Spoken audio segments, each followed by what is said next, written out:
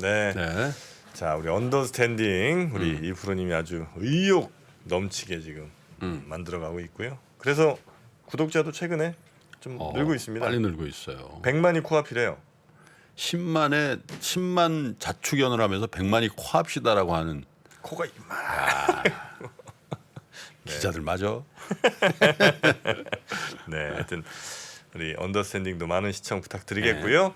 자, 그럼 이제 또 장이 시작할 때가 다 됐습니다. 염승환 이사님 모셔서 오늘 장 어떻게 되는 거야 지금? 네. 빨리 열어봐. 어서 오십시오. 네, 안녕하세요. 네. 어서 오세요. 자, 예상 먼저 봐야죠 저희가. 네, 예상부터 보면 역시 안 좋아. 1.2%, 1.1 몇 퍼센트 네. 요 정도 빠지는 걸로 지금 나오고 있습니다. 그러나 저는 그렇게 끝날 것 같지 않습니다. 오히려 오후장에서 더 힘을 낸다, 할 수 있다. 삼성전자 간다. 하이닉스 밸류. 하여튼 1.2% 정도 마이너스 네. 시작하는 것 같습니다. 2320선에 이제 출발할 걸로 보이고요. 네. 뭐 코스닥도 오늘 9포인트 정도 빠지니까 1% 이상 좀 갭으로 하락이 나올 것 같습니다.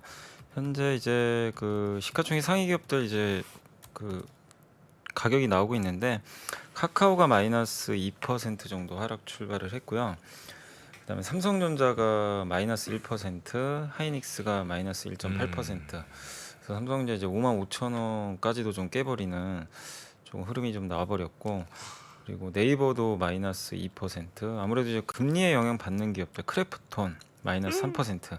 그래서 게임 인터넷 소프트웨어 관련주들이 좀 분위기가 확실히 좀 좋진 않은 것 같습니다. 그리고 상승하는 기업도 있긴 있는데요. 오늘 그 한국전력이 이제 전기요금 인상 얘기가 좀 계속 나오는 것 같습니다. 그래서 오늘도 한 1% 정도 반등을 하고 있고, CJ 제일제당이 0.7%. 어제 미국이 그렇게 안 좋았는데 음식료는 또 좋았더라고요. 미국에서 일부 기업들이 신고가까지 나서 한국에서도 지금 음식료 대표주인 제일제당 상승이 아마 그런 영향인 것 같고요. 네. FNF는 오늘 한 증권사에서 목표 주가를 올렸습니다. 그래서 아마 실적 기대감으로 0.6% 반등을 하고 있고, 또 보험주들도 괜찮은 것 같습니다. 금리 삼성화재가 오르면 뭐 좀. 예. 그리고 오늘 좀 방산주가 다시 좀 가고 있어요. 그 하나 에어로스페이스, 한국 항공우주, 이제 러시아 리스크가 다시 좀 불거지면서 방산업종이 다시 좀 강세를 한 3%대 강세 보이는 게 일단 좀 특징적인 것 같습니다. 그래서 음식료하고 방산주, 아까 한국전력 이런 기업들 제외하면 이제 다 하락을 했다고 보시면 되겠고요. 특히 오늘 좀 많이 빠지는 그 뭐 기업들은 이제 성장주로 불리는 뭐 네이버, 카카오가 좀 빠지고 있고, LG화학, 삼성전기, 뭐 크래프톤, 일진머티리얼즈 이런 기업들이 좀 하락폭이 그러네요. 상대적으로는 좀 큰 것 같습니다. 충동원형 내리니까 하나 에어로스페이스가 확 네, 올라버리네. 다시 푸틴 방산주들이. 관련주구나 완전. 네, 하이닉스 많이 빠지네. 네. 하이닉스도 마이너스 1.5% 정도 하락을 했고, 그래서 현재 코스피는 25포인트 정도 마이너스 1% 정도 하락을 한 상태로 일단 오늘 출발을 했고요. 코스닥은 9포인트, 그래서 시초가에서 뭐 큰 변동은 아직 없는 것 같습니다. 1.2% 정도 하락을 했고, 코스닥으로 넘어가서 말씀드리면 오늘 코스닥도 뭐 분위기는 안 좋은데 SM하고 에코프로 정도만 좀 오르긴 올랐어요. 약간 이제 강보합 정도 기록하고 있고, 에코프로 BM, 뭐 하림지주, HLB 이 정도는 뭐 크게는 안 빠지고 있는데, 오늘 좀 가장 많이 빠지는 기업은 위메이드가 한 마이너스 4% 정도 빠지고 있고요.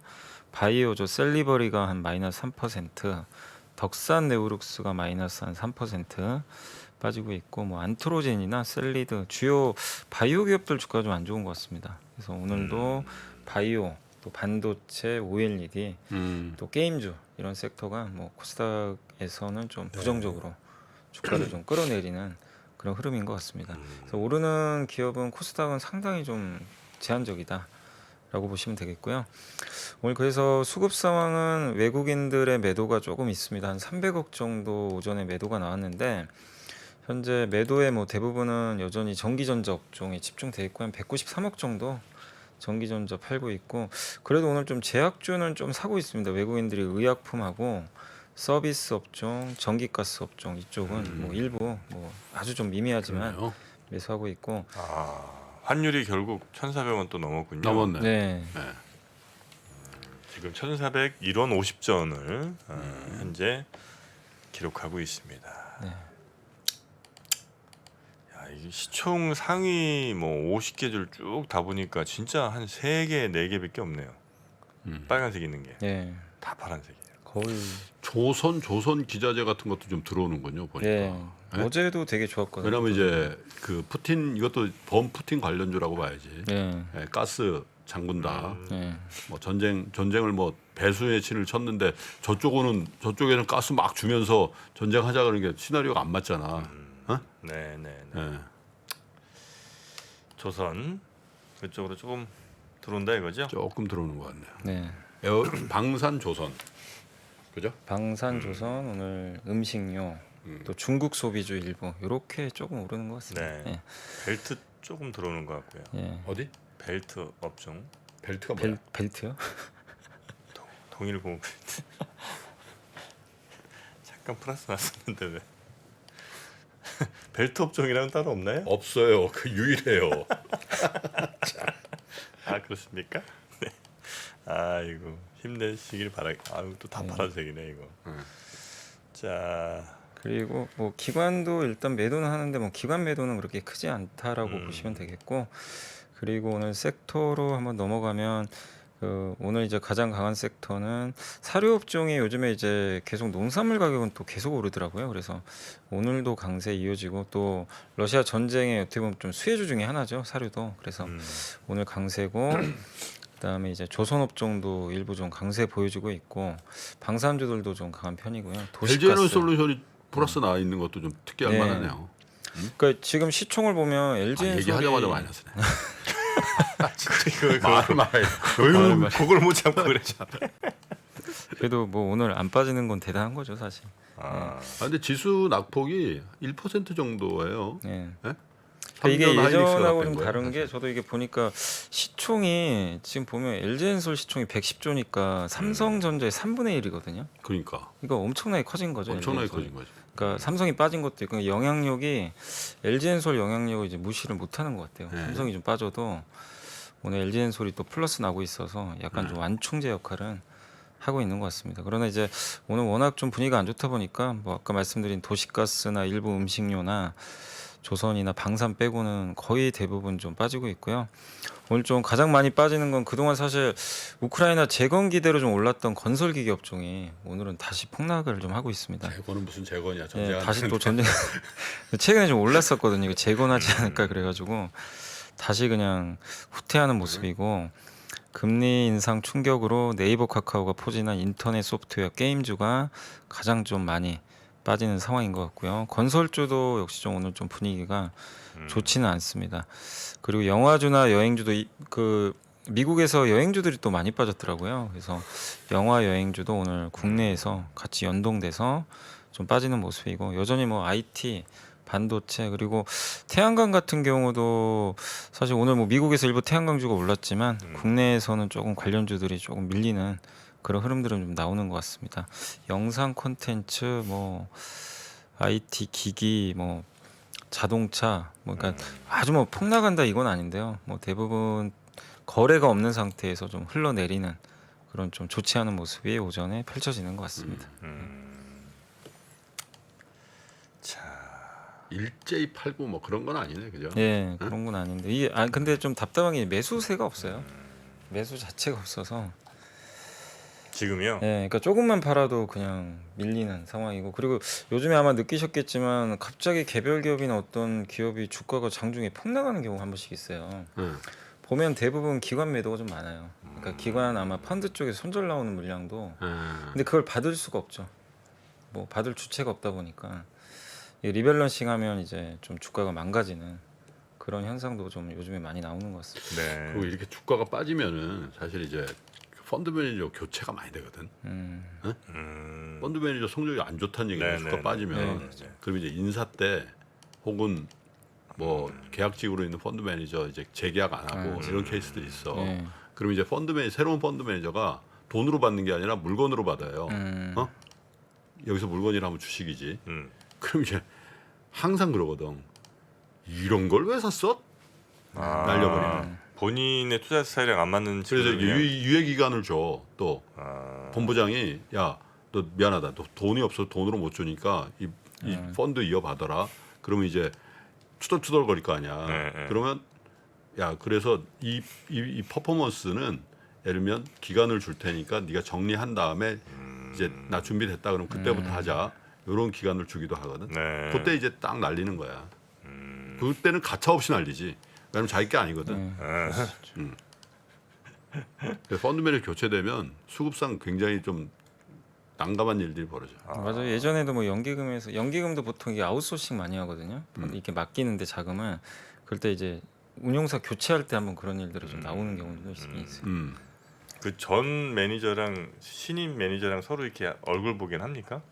아니 저 사내에서는 볼 경우도 있는데 예를 들면 안 좋아져 있는 여기가 약간 이제 증권업계 투자 운영 업계가 공무원 조직이나 은행하고는 좀 달라요. 네. 어? 조금 냉정하지 사실은 제조업체 이런 데보다 칼 같은 면이 좀 있지. 아니 그래서 이제 새로 오는 사람하고 이렇게 얼굴 이렇게 보고 그러면 조금 뭐 이건 좀 이렇게 애정이 또 있을 거 아니에요. 전에 운영했던 사람들은. 그렇지. 요건 좀 살려주세요. 뭐 이런 거 하나 아니, 궁금해요. 그런 거 얘기 못하지. 그런 거 없어요? 그 얘기 하는 순간 약간 오해받을 수가 있으니까. 아, 되죠. 뭘 팔 건지 좀 얘기 좀 해주면 안 돼요? 이렇게 이제 그런 것도 안 되고. 안 돼. 알겠습니다. 냉정합니다 여기. 인정합니다. 네.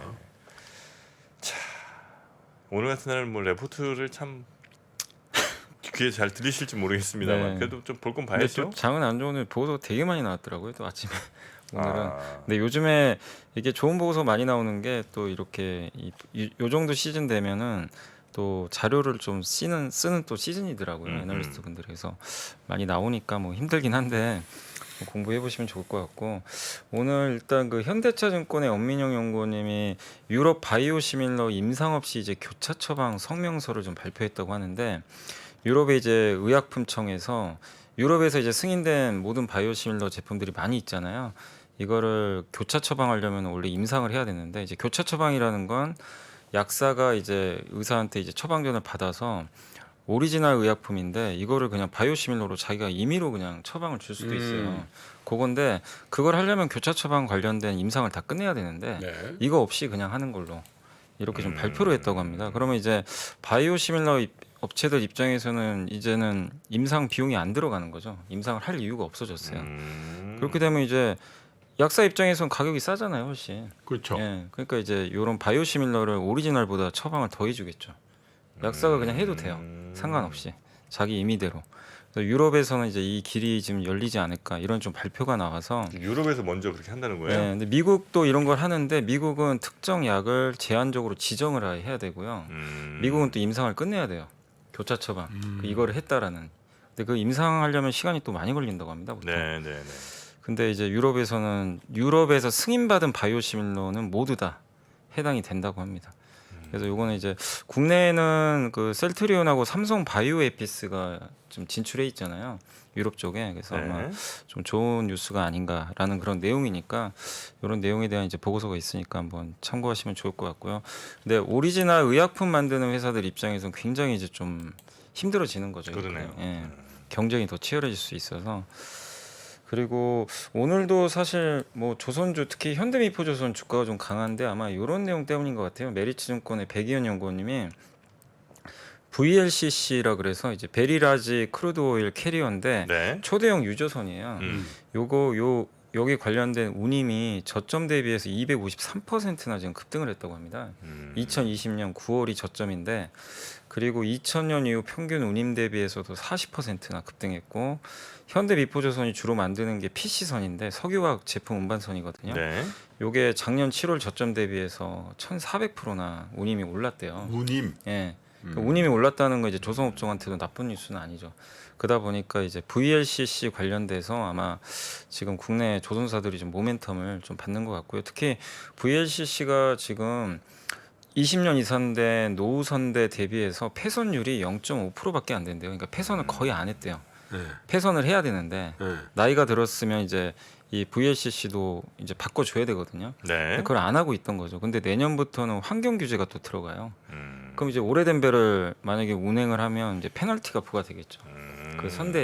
그 해운사한테. 네, 네. 그럼 내년에 VLCC 같은 경우는 또 폐선을 많이 하면 이게 교체 수요가 또 들어올 수도 있다. 그러니까 운임지수 상승과 이 폐선 가능성 이 두 가지가 좀 겹쳐가지고 좋을 것 같은데 다만 이제 VLCC는 중국이 좀 많이 점유율을 갖고 있대요 우리나라보다. 근데 그걸 감안을 해도 중국에서 만들 수 있는 유조선 건조 가능한 조선소가 중국에서 한 6개 정도 되는데 거기가 다 가져간다고 해도 어쨌든 지금 우리나라한테 또 남은 물량들이 앞으로 발주가 될 수 있기 때문에 중국만 가져갈 이유는 없는 것 같다. 그래서 최근에 어쨌든 올라가는 이유는 이런 것들이 좀 겹쳐서고 또 러시아 원유 수출 규제 때문에 러시아에서 파이프로도 많이 받았나 봐요. 네. 그 이제 배로 또 다른 데서 받아야 되거든요. 그러니까 원유 운반선에 대한 수요가 좀 늘 수 있다. 그래서 조선주가 좀 어제 오늘 이렇게 좀 상대적으로 강하다라고 보시면 좋을 것 같습니다. 네. 조정을 좀 받았었죠. 네. 자, 그리고 또, 네. 하나증권의 박종대 연구님도 이걸 이제 시리즈별로 좀 쓰고 계신데 그 비중국에서 찾는 화장품 모멘텀 두 번째 자료거든요. 아, 박종대 연구원님. 네. 네. 그래서 저번에도 첫 번째 자료를 쓰셨는데 이번이 두 번째고요. 일본 화장품 유통 채널 구조가 10년간 거의 변화가 없었는데 사실 일본은 그 가보시면 아시겠지만 드럭스토어에서 다 대부분 사잖아요. 거기. 일본도. 예, 드럭스토어 위주로 사고 우리나라는 그래도 온라인이 많은데 네. 일본은 워낙 좀 온라인 비중이 낮고 그 원인은 일본은 너무 고령화된 이제 국가다 보니까 50대 이상 수요를 중심으로 대부분 드럭스토어 가서 그냥 구매를 한대요 온라인보다는. 네. 그리고 택배 산업도 너무나 비우호적이고 배송비가 1,000엔 이상이고요. 웬만한 생활 필수품은 그리고 드럭스토어에서 구매 가능하고 택배 수령할 때 직접 사인도 해야 되기 때문에 굉장히 불편한 구조가 좀 돼 있다고. 그러니까 온라인이 발전하기가 네. 되게 어려운 상황인 것 같아요. 그래서 지금 이제 드럭스토어에서 시장이 좀 커질 수밖에 없는데 대부분 화장품 매출의 50%도 드럭스토어에서 발생하고 있다. 그래서 우리나라 기업들도 최근에 이제 일본 쪽으로 이런 좀 수출을 많이 하고 있는데 그쪽 총판사 거쳐서 지금 주로 하나 봐요. 그래서 한류 영향이 좀 크다 보니까 지금 한국산 제품들을 많이 좀 유통을 하고 있는 것 같더라고요. 네, 네. 네, 그래서 워낙 또 일본의 MZ 세대 분들이 그 우리나라 또 이제 K 뷰티에도 관심을 많이 갖고 있어서 약간 색조겠네, 그죠? 네, 색조에 다 색조겠네. 네, 색조입니다. 기초 아니고. 예, 기초는 이제 대부분 이제 일본 사람들이 시세이도 예, 거기 이제 기초는 그런 것들 쓰는데 네. 색조는 이제 뭐 브랜드가 워낙 많으니까요. 중저가 브랜드는. 그래서 우리나라에서도 몇몇 기업들이 이제 뭐가 나가요? 중국에서 우리나라 기업 중에는 그 클리오 이런 데 나가나? 클리오 나오고요. 클리오 참. 네, 클리오도 브랜드가 되게 많고 그다음에 로맨이라고 아이패밀리 SC가 만든 브랜드거든요. 여기도 지금 일본에 나가고 있고. 그 상장이에요? 네, 상장돼 있어요. 네, 그것도 있고 또 LG생활건강도 물론 이제 비중은 높진 않더라도 자회사 중에 합병을 많이 해가지고 그 중저가 브랜드도 많이 있어요. 이제 그런 업체들 또 미샤도 있고 에이블 CNC에 이런 브랜드들이 일본에서 지금 드럭스토어 중심으로 해서 많이 좀 판매가 되고 있고 또 온라인 상으로도 좀 잘 되고 있어서 그러니까 화장품 시장에서 이제 박종대 연구원님 얘기도 좀 일본 쪽에서 좀 계속 매출 확대되는 그런 기업들 관찰해보자라는 그런 보고서인 것 같아요. 네, 그래서 한번 일본 쪽에서 매출 확대되는 기업들 한번 잘 주시해보자. 그러니까 요즘에 워낙 또 중국이 안 좋다 보니까. 네네. 예. 아 근데 그건 뭐 오히려 저는 잘된 일인 것 같습니다. 왜? 중국 말고 전 세계로 가는 거. 예전에 우리 K-팝도 온리 중국만 목매고 있었잖아요. 그러다 중국. 예전에. 예. 네. 그러다 사실 K-팝의 원조는 일본이었지 원래는. 원래는 일본. 원래 일본이지. 동방신기 등등. 동방신기. 네. 근데 한참 이제 그죠? 막 중국으로 엄청 그때 갔었다고요. 빅뱅이 중국에서 아마 히트 쳐가지고. 네. 네, 맞아요. 그래서 뭐 베이비복스니 하여튼 뭐 중국 많이 갔었는데 이제는 글로벌하게 가잖아요. 전 세계 사람들을 만나서 가자는 겁니다. 네. 근데 또 혹시 이제 내가 너무 냉정하게 듣지 마. 네. 중국을 대체할 수 있는 건 아니지. 중국은 이제 훅 퍼서 막 이렇게 하면 이제 일본 이러면 이렇게 가는 거거든. 물량이라는 측면에서 물량뛰기라 그러지 물량뛰기. 네. 어? 물량뛰기가 굉장히 규모의 경제거든. 물량뛰기의 다른 말이. 네. 그거하고 네. 개별적으로 이렇게 하면 많이 다르지. 그러니까 중국의 목매자. 아니 이거예요? 목매자는 게 아니라 중국만 현실을 바라보자. 봐야 된다. 중국에 그냥 절하자 이거예요. 저는 아니, 그렇게 못하겠습니다. 이상한 프레임을 잡고 그게 아니고. 참. 근데 김프로님 말씀 맞는 게 중국 사람들이 예전에 네. 한참 그때 기억나세요. 별의 소음 그대. 네. 아 별그대. 글씨 그때부터 한류 열풍이었는데 그때 한국에 와가지고 면세점에서 그 네. 화장품하고 의류 다 싹쓸이서 갔어요. 아, 그러니까 이게 일본하고는 좀 다르죠. 소비 틀려. 소비 패턴. 네. 그리고 여행도 있잖아. 네. 한국 관광을 단체 여행을 와야 돼. 네. 그게 그래야 더 돼요? 돈이 되는 거야. 개별적으로 와가지고 무슨 저 에어비앤비 가고 이런 거 있잖아. 돈 안 됩니다. 단체 딱 맞아, 깃발 단체로. 들고 깃발 들고 그래가지고 우리는 최초 절정이 뭐냐면은 지자체마다 치맥 파티 같은 거 막 하잖아. 네. 그래가지고 이제 막 중국 단체 관광이 5천 명 어떤 회사 야유회 있잖아. 네. 어떤 회사 단합대 5천 명 와가지고 네, 그거 네. 기억 안 나요? 2000 몇 년대 16년대. 네네네. 그래가지고 그거 막 뉴스에 나오고 네. 그런 거거든 원래 돈이 되는 게. 근데 일본 여성들 이게 딱 메고 딱 그래가지고 딱 찍어가지고 뭐 저 무교동 북엇국 한 그릇 먹고 뭐 이게 뭐 도움이 되지만은 돈이 안 된다. 중국에 그냥 큰 성 네. 하나가 되자 이런. 그렇지. 그런 얘기. 아니 갑자기 그래서 저기 저 아니면 서촌에 토속촌 가서 저 삼계탕 하나 먹고 딱 세 군데 식당 갔다 딱 일본 간단 말이야. 아 이거 안 그건 된다. 전혀 안 돼. 전혀. 알겠습니다. 자 레포트 이렇게 이제 화장품까지 좀 봤고요. 다시 한번 시장 한번 볼까요? 네. 낙폭을 키웁니다. 키워요? 네 조금 더 늘었어요. 그렇죠. 거의 한 29포인트 정도까지 밀렸고요. 아이고야. 조선주도 밀리고 예. 지금 시총 상위 기업 중에서는 LG, 방산도 밀리는구나. LG엔솔하고 LG 생활건강, 한전 한전. 요 세 개만 빼고는 거의 좀 분위기가 좀 좋지는 않은 것 같아요. 네, 제일제당, CJ제일제당 조금 예. 괜찮은 것 같고요. 코스닥은 SM인가? 네 SM이요. 그 SM이에요? 네 SM. SM이 코스닥이었군요. 네 코스닥에 있습니다. SM 말고는 뭐 SM 또 메가스터디 교육, 오스템 임플란트 오스템. 요 정도 네, 네, 네. 좀 버티는 것 같습니다. 아이고. 이런 날 딱 한 종목 갖고 있는데 플러스가 나고 있다 그러면 뭐 째지는 거지. 저 플러스 하나도 없을까요? 정프로가? 과연? 아니 40개 중에 하나야 뭐 하나 있는데 없어. 하나도 없어? 저 오면 윈드 하나 갑니다. CS. 네. 가야죠. CS 윈드는 풍력인데. 근데 항상 뭐 다른 거 막 오를 때 다른 거 막 떨어질 때 하나 오르던 게 맨날 있었는데 그 친구 오늘은 힘을 못 쓰네. 다른 시장 다 빠져도 그 친구는 올라가고 시장 올라가면 그 친구는 쭉쭉 빠졌거든요. 예, 그런 친구 하나 있었는데 오늘은 시장이랑 같이 가네요. 자, 하여튼 오늘은 바람이 불고 있습니다.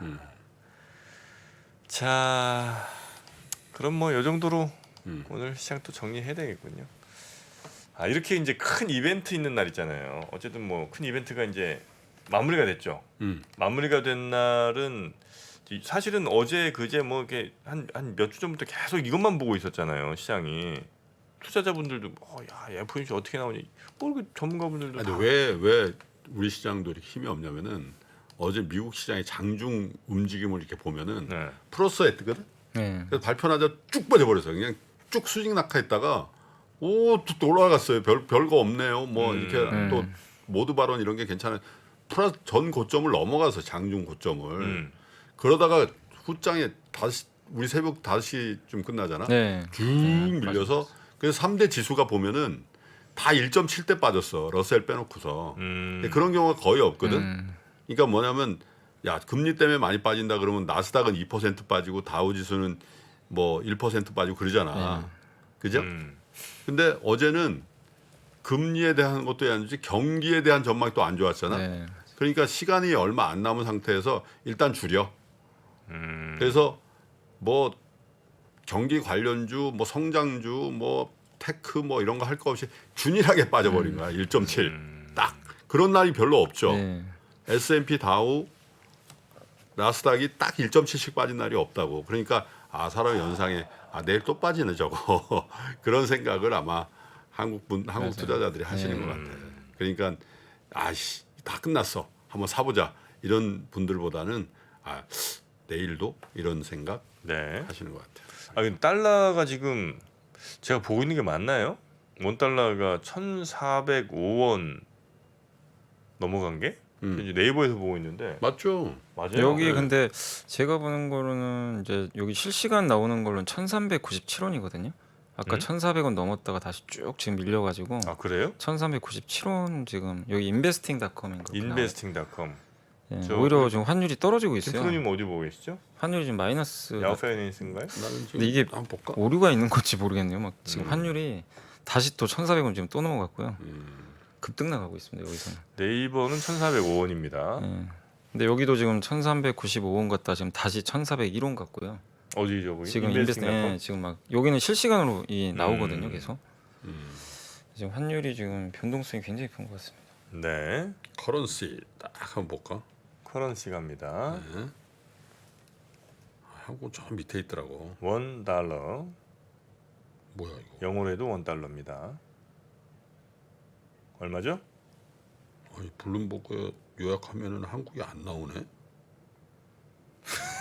이건 아, 한국이 안 나올 리가 있어요. 아무리 저는 그래도. 여기 커런시 요약화면인데 아니 그러니까 좀 찾아보세요 형님. 아, 뭐 거기 안 나와요? HTS 뭐 이런데?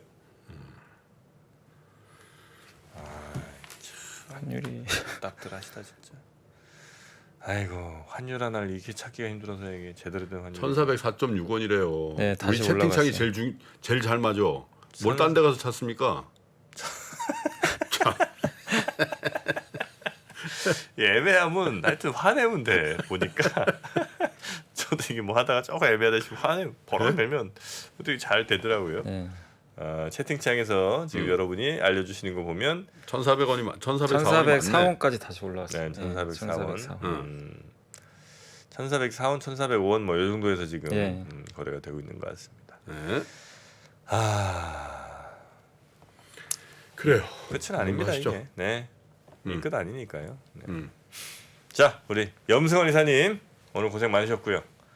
내일 힘있게 다시 네, 돌아오시기 네, 바라겠습니다. 알겠습니다. 네 오늘 하루 잘 보내시고요. 네, 고맙습니다. 네 감사합니다. 감사합니다. 신고가에 5만 원 돌파할 때 5만 원에 따라 살 수 있나요, 우리? 내가요? 5만 원이 다시 내려가서 2만 원까지 와서 2만 원 떨어지면 신저가예요. 거기서 구매해서 쓸 수 있나요? 주식시장에 절대 변하지 않는 것이 두 가지 있습니다. 주가의 기본적인 움직임 그리고 투자하는 사람들의 심리입니다. 내가 팔면 오르고 사면 떨어진다고요. 주식에 대한 공부가 모자라서가 아닙니다. 주가를 만드는 투자자의 심리를 모르기 때문이죠. 하락장의 공포를 이기는 5가지 실전 투자 심리 전략. 박병창의 돈을 부르는 매매의 심리에서 지금 확인하십시오.